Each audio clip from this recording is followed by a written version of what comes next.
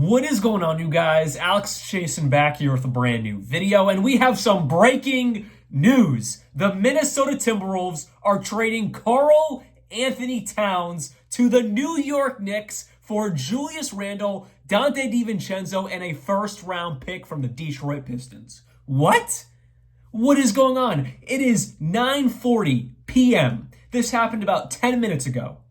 What is going on in the NBA? This is the downtime of the offseason where training camp's just starting for the Celtics and Nuggets. Nothing's really going on. And we get, I can't say Woj Bomb anymore because we know that story. We got a Shams Bomb. Does not sound the same. That I don't even want to say that. But we got a Shams Bomb. There has been a major trade in the NBA. And it's really funny because the day I uploaded a video talking everything New York Knicks related going into next season, karma for something I've done recently. I guess I did something bad recently. I don't know what I've done. I got to think about that one tonight. Karma bit me in the butt.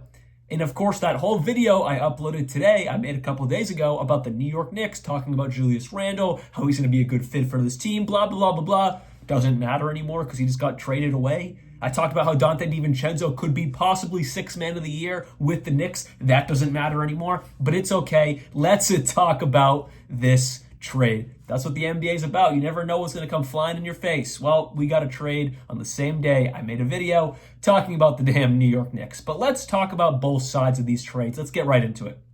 Let's start with the New York Knicks side of things because today I've been talking a lot about the Knicks in my previous video to right now. So let's just stick with the Knicks. That seems to be the trend of today. The New York Knicks get Cat. They needed a center desperately. Their center situation was extremely thin. That was the one area of their team prior to this trade that I was concerned about. Mitchell Robinson will not be healthy to start the season. He's going to be out the first 2 or 3 months. He's still recovering from his injury last year. It didn't heal properly, so he's going to be out for the first 2 or 3 months. On top of that, their backup centers were Jericho Sims, Precious Achiuwa, and Ariel Ukporti, a two-way guy. Not really good there. Not really a good situation for their backup center and their starting center to really be non-existent. They'd have to really run a small lineup. They were going to have to run Julius Randle at center a majority of these games, and that just wasn't going to work. My feeling on it was that it was only going to be for the first 2 or 3 months of the season. But if you look at it on the flip side, Mitchell Robinson, they needed him to be successful. They needed him this season to be successful because they need him to be healthy for that paint defense, that interior low post play. They needed him to be healthy. So when he came back, or when he does come back, he would have been a major help to this team. But now it's not necessarily so important for when Mitchell Robinson comes back because they just got a center in this deal, that being Cat. And then when Mitchell Robinson does come back, you can push Cat to power forward, and that starting lineup for some reason got even better than what it was an hour ago. Jalen Brunson, Mikal Bridges, OG Anunoby, I was about to say Julius Randle, not Julius Randle, Karl-Anthony Towns, and then Mitchell Robinson. And even you could do it this way. You could do Jalen Brunson, Josh Hart, Mikal Bridges, OG Anunoby, Karl-Anthony Towns off the bench. You have Deuce McBride, and you have Mitchell Robinson, and you have Precious Achiuwa. This team got a little better, but also it took a slight hit off the depth because you were going to have Donte DiVincenzo coming off the bench. So you do lose that aspect, but that means they believe in Deuce McBride to take another leap up. He showed really good flashes last year. That means they believe in him, or Thibodeau believes in him to be able to take a big leap up and provide the production that Donte DiVincenzo was providing last year. Or they believe Josh Hart can take another leap up in his game as well. So for the New York Knicks, they are now an official threat to the Boston Celtics. They were already a threat to the Boston Celtics, but now it's an official threat. Before, I was like, the Celtics are far and away still the best team in the East. They are the team to beat, and they still are the team to beat because they are the defending champions. But now adding a bona fide all-star to this already really good revamped core with Mikal Bridges, OG Anunoby, Jalen Brunson, they are now an official threat to beat the Boston Celtics in the East. I'm saying that right now as a Celtics fan. Yes, of course, things have to work out. Things don't just, come easy. They have to build chemistry. They have to have time on the court together. But if that works out, they have so many options that match up with the Boston Celtics. I'm just going to say it again. Jalen Brunson, Mikal Bridges, OG Anunoby, Karl-Anthony Towns, Josh Hart.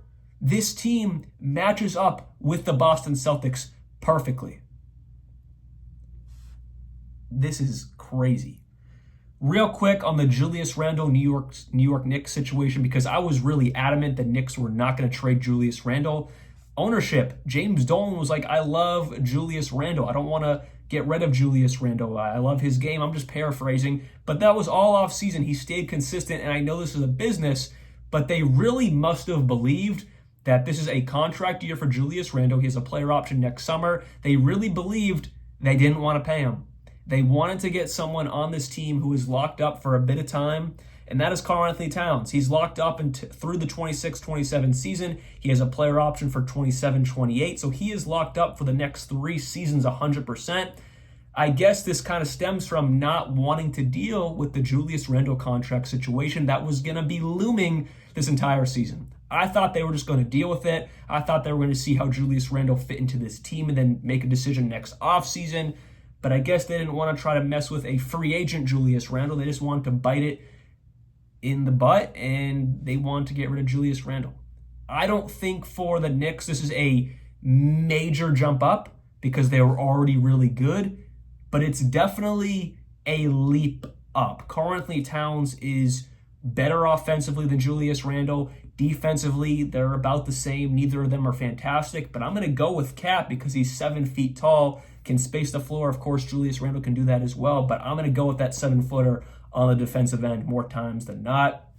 And at their peaks, Cat's here. Cat's a bit better at their peaks. So that's the Knicks side of things. I'll make a deeper video as we get closer to the season. I'll do another preview video like I just filmed for today. But now let's shift gears to the Minnesota Timberwolves. This is really interesting. A team that just made it to the Western Conference Finals. Cat was a huge piece of that alongside of Anthony Edwards. Why would they make this move? I really can't answer that. As of right now, just seeing this, reacting to this raw, I don't have an answer to why they would do that, because they're getting someone in Julius Randle who's going to have the same problems he just had in New York. He's basically an expiring deal. Now, does he fit a little better alongside Rudy Gobert because he's more of a power forward?